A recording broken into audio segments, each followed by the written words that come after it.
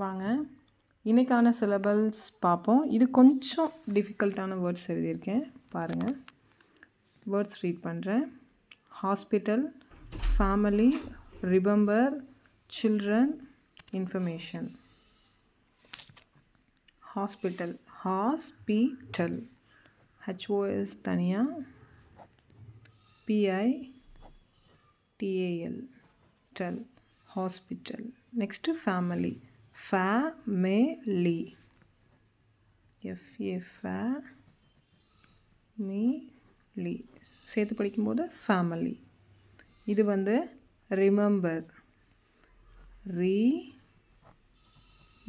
இந்த வேர்ட் தனியாக சவுண்ட் கேட்குது இல்லைங்களா நமக்கு.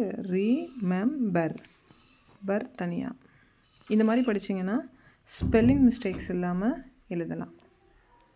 Children, children. Next, children.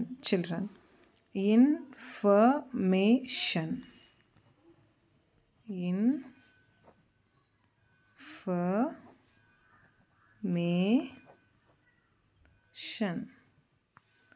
information.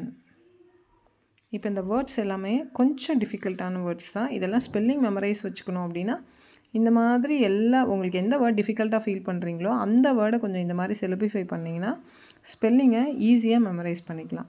Thank you for வாட்சிங். Follow my channel for more words.